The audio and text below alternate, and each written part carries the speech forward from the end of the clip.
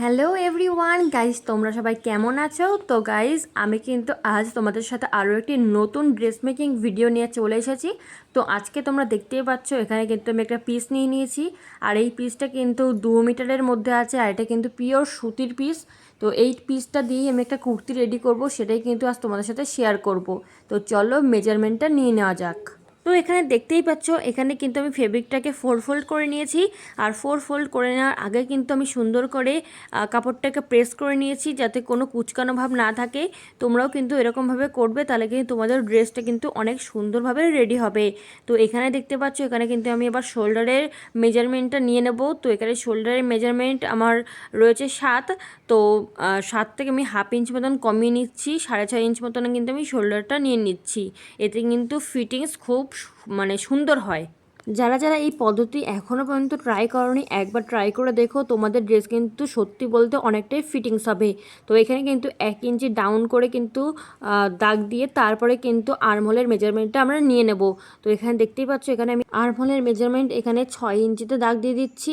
এখানে আর্মহোলের মেজারমেন্ট নেওয়ার পরে কিন্তু আমি ওয়েস্ট অ্যান্ড হিপের কিন্তু মেজারমেন্টটা নিয়ে নেব। লেন্থের মেজারমেন্টটা আগে নেব, তারপরে কিন্তু চওড়াই মেজারমেন্টটা আমরা নিয়ে নেব। তো এইখানে আর্মহোলের জন্য 6 ইঞ্চিতে দাগ দিয়ে দিয়েছি। দাগ দিয়ে দেওয়ার পরে কিন্তু একটা স্কেল দিয়ে এই দাগটাকে সুন্দরভাবে কিন্তু আমি ড্র করে নিচ্ছি। তো এখানে দেখতেই পেলে ওপর থেকে এবং নিচ থেকে দুটোতেই কিন্তু সুন্দরভাবে ড্র করে নিচ্ছি এখানে।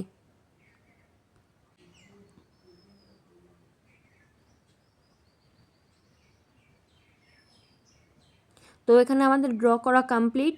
তো এবার কিন্তু আমি 1 ইঞ্চিতে রাউন্ড শেপটা দিয়ে দেবো 1 ইঞ্চি, ফ্রন্টে দিচ্ছি 1 ইঞ্চি এবং ব্যাকে কিন্তু আমি হাফ ইঞ্চি মতন কমিয়ে দেবো। তো এখানে আমি রাউন্ড শেপটা সুন্দরভাবে করে নিচ্ছি। তোমরা যদি এরকম নিত্য নতুন ড্রেস মেকিং ভিডিও দেখতে চাও, অবশ্যই কিন্তু আমার চ্যানেলটিকে সাবস্ক্রাইব করে বেল বাটনটি কিন্তু অবশ্যই প্রেস করে রাখবে, কারণ আমি যখনই নতুন কোনো ভিডিও আপলোড করব না কেন, তোমাদের কাছে কিন্তু খুব সহজে এবং খুব তাড়াতাড়ি পৌঁছে যাবে। তো চলো এবার আমি ওয়েস্টের মেজারমেন্টটা নিয়ে নিচ্ছি। এখানে মোটামুটি 40 চেস্ট, যাদের 40 ইঞ্চি চেস্ট, তাদের 40-এর নিচে কিন্তু তোমরা 14.5-তে মেজারমেন্ট নিতেই পারো, কোনো রকম অসুবিধা হবে না, ফিটিংস অনেক সুন্দর হবে। এবং হিপ যে মেজারমেন্টটা আছে সেটা কিন্তু আমি 21-এ নিয়ে নিয়েছি। যারা তোমরা এখানে 20.5 কিংবা 20ও নিতে পারো। এখানে আমি 21-এ কিন্তু মেজারমেন্টটা আমি করে নিয়েছি।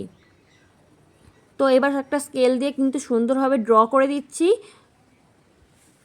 এখানে আমার চকটা একটুখানি হালকা লাইট কালার হয়ে গেছে, আর চকটা কাজ করতে করতে অনেক ছোট হয়ে গেছে, সেই কারণের জন্য চকটা দিয়ে কিন্তু ড্র করতে খুবই অসুবিধা হচ্ছিল। তো চলো এবার ওয়েস্টের চওড়ায় যে মেজারমেন্ট রয়েছে সেটা কিন্তু এবার মার্কিং করে নেব। তো এখানে চওড়ায় কিন্তু আমার মেজারমেন্ট হয়েছে 8.5।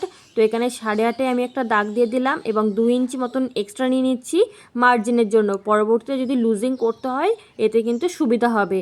এবার কিন্তু হিপের মেজারমেন্ট নিয়ে নিচ্ছি। এখানে হিপের কিন্তু মেজারমেন্ট হয়েছে আমার 10। তো এখানে কিন্তু 10-এ প্রথম দাগ দিয়ে দিচ্ছি, আর তারপরে কিন্তু 2 ইঞ্চি মতন নিয়ে নেবো এক্সট্রা মার্জিনের জন্য।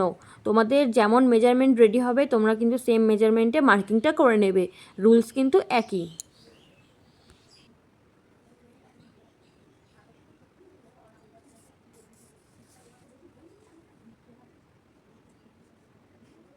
তো এখানে কিন্তু এবার চেস্টের মেজারমেন্টটা নিয়ে নেবো। এখানে আমাদের চেস্ট যা রয়েছে তাকে 4 দিয়ে ডিভাইড করলে কিন্তু আমাদের চেস্টের মেজারমেন্ট বেরিয়ে যাবে। এখানে আমাদের চেস্ট রয়েছে 9.5 ইঞ্চ। তো এখানে আমি 9.5 ইঞ্চিতে দাগ দিয়ে দিলাম, আর 2 ইঞ্চ কিন্তু এক্সট্রা নিয়ে নেবো সেম মার্জিনের জন্য। এবার কিন্তু একটা স্কেল দিয়ে এবং চক দিয়ে সুন্দর করে মার্কিং করে নেব।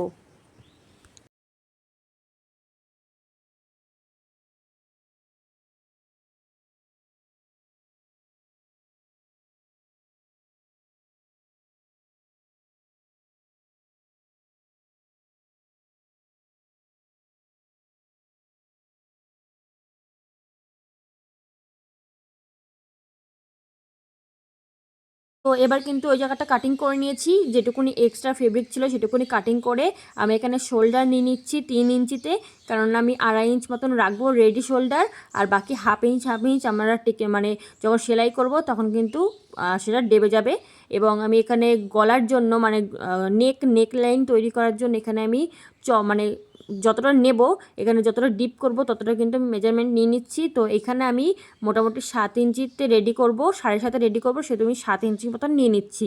সেলাইয়ের সময় 1/2 ইঞ্চি ডেবে যাবে এবং আমি 1 ইঞ্চি মতন সাইডে নিয়ে নিচ্ছি, যাতে আমাদের গলাটা অনেকটা সুন্দর চওড়া এবং ডিপ হয়, সেই কারণের জন্য। তোমরা এখানে 1 ইঞ্চি কিংবা 1.5 ইঞ্চি নিতে পারো, 2 ইঞ্চি নেওয়ার কোনো দরকার নেই। গলাটা কিন্তু অনেকটা ছড়ানো হয়ে যাবে এবং মানে গলাটা ঝুলে পড়বে।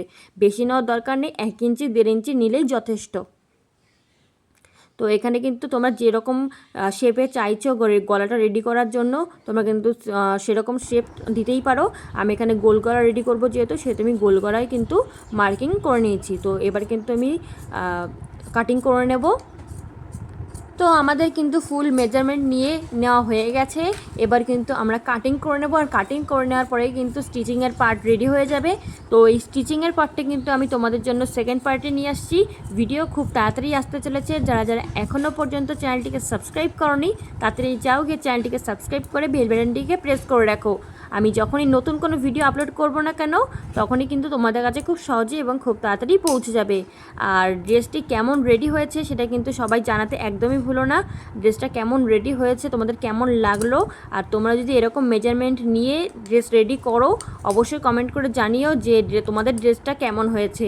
তোমরা চাইলে ছবিও দিতে পারো, আমি তো কিন্তু অবশ্যই তোমাদের রিপ্লাই দেবো। তো আজকের মতন টাটা, বাই বাই, সবাই ভালো থেকো, সুস্থ থেকো।